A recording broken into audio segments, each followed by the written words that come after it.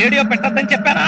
Current పోతే radio ఎలా పనిచేద్దండి? అవును కదా, మరి పాట ఎక్కడి నుంచి వస్తుంది బావా? పాట లేదు ఏమి లేదు, అంతా నీ భ్రమరా బావా. అవునా, భ్రమా?